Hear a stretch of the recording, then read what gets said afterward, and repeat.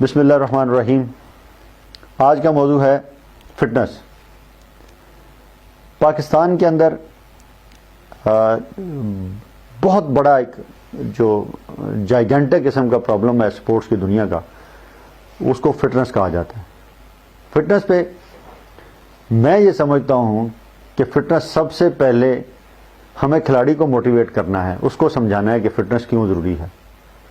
ये पिछले लेक्चर में ये बात क्लियर कर चुका हूँ कि फिटनेस एक बंदे को अगर आप साइकिल चलाना सिखाते हैं तो अगर साइकिल जहाँ चला लेता है, साइकिल तो यूनिट उसका पूरा हो गया, अगर वही साइकिल चला के उसने लाहौर जाना है तो उसके लिए उसको फिटनेस करनी पड़ेगी। इसी तरह सारी स्पोर्ट्स की डिमांड फिटनेस बन जाती है।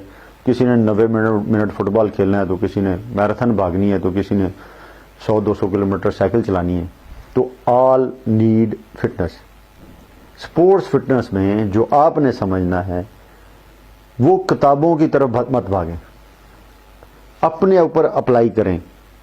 जो मैं फील कर रहा हूं, जो मैं महसूस कर रहा हूं, पाकिस्तान में लोग प्रैक्टिकल से घबरा रहे हैं।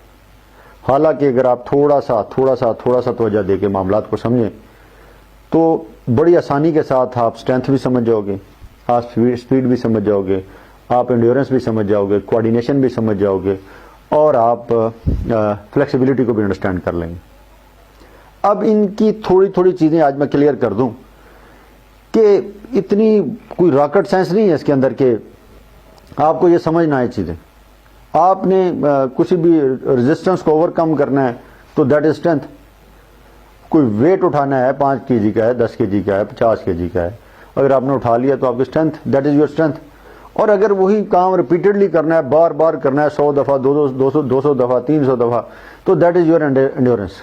और जहां पे दोनों का तालमेल होगा वहां पे स्ट्रेंथ एंड्योरेंस है। जैसे स्ट्रिपल चेज है, ये एक ऐसा इवेंट है जिसको स्ट्रेंथ एंड्योरेंस के तौर पर दुनिया लेती है। स्ट्रिपल चेज 3000 मीटर जो कि एथलेटिक्स का इवेंट है, ट्रैक एंड फील्ड का इवेंट है। इसी तरह आपने जब अंडरस्टैंड करना है तो उन सारी चीजों को, 5 कंपोनेंट्स को मिलाना है। 5 कंपोनेंट्स को मिला के, जिस तरह सॉकर है, इसमें ऑलमोस्ट सारे ही कंपोनेंट्स हैं। वहाँ स्पीड भी चाहिए, वहाँ एंड्योरेंस भी चाहिए, वहाँ पे स्ट्रेंथ भी चाहिए, वहाँ कोऑर्डिनेशन भी चाहिए, वहाँ पे फ्लेक्सिबिलिटी भी चाहिए। अब ये मैं फिजिकल एस्पेक्ट्स की बात कर रहा हूँ, मेंटल एस्पेक्ट्स की बात नहीं कर रहा। अभी जिस बात इमोशनल फिटनेस भी होती है, स्पिरिचुअल फिटनेस भी होती है, उनकी तरफ नहीं जा रहा हूँ। सिर्फ मैं मुझे बहुत सारे लोगों ने कहा है जी कि आप बहुत बेसिक बातें कर रहे हैं। मैं बेसिक ही करना चाहता हूँ। पाकिस्तान में लोगों के बेसिक्स ही क्लियर नहीं है, उधर ही प्रॉब्लम है सारा। बड़ी बड़ी बातें बहुत सारे लोग कर रहे हैं। खुदा के लिए बेसिक्स बच्चों की ठीक करें, मेरे साथ मिलें। जो चाहता है कि मेरी इस बात में ये एडिशन होना चाहिए, पहले स्टेप वाइज चलना है। हम लोगों ने एक दफा बात समझाई है, 2 दफा 10 दफा समझानी पड़ती है, तब भी समझाने के लिए तैयार हूं। लेकिन नहीं, पहले बच्चों को बेसिक्स जो है उन पे अबूर हासिल करने दें, उनको लेके चलें वहां से, क्योंकि बेसिक उनको समझ नहीं है, ऊपर की बातें करते हैं, देखने में बहुत बड़े उस्ताद लग रहे हैं, लेकिन हम अंदर हासिल कुछ नहीं हो रहा उससे। तो स्पीड किसी भी वक्त में, मुकर्रर वक्त में कोई सा भी फासला तय करना, दैट इज योर स्पीड। किसी भी ओवरकम करना किसी रेजिस्टेंस को, तो एक्सर्ट फोर्स, ये आपकी स्ट्रेंथ है। लॉन्ग पीरियड के लिए कोई एक्टिविटी कर लेना, ये आपकी एंड्योरेंस है। रेंज ऑफ मूवमेंट जो आपकी फ्लेक्सिबिलिटी है।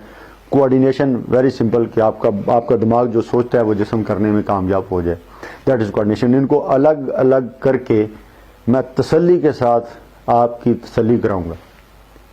सबकी बात, सबको अलग अलग से डील करेंगे। बहुत जल्द स्ट्रेंथ पे, स्पीड पे, इन चीज़ों पे बात होगी।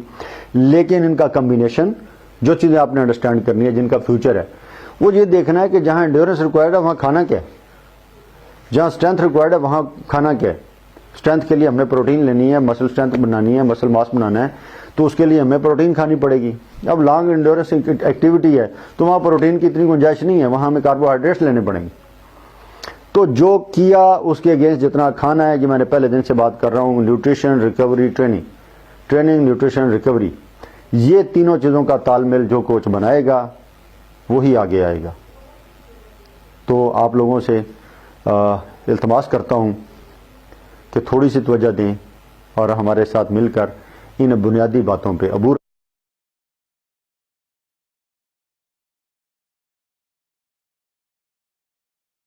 हासिल करें, ताकि हम आगे की बातें करें। ये वो बच्चे जो भी इस फील्ड में नए आए हैं, या जिनके पास डिग्रियां हैं, या जिनके पास कोई खिलाड़ी हैं, कोई कोच कर रहे हैं, वो मेरी बातों को अच्छी तरह से सुने, अच्छी तरह से समझें, ताकि हम लोग आगे चलें और आप लोगों को आगे की दुनिया दिखाएं। बहुत बहुत शुक्रिया।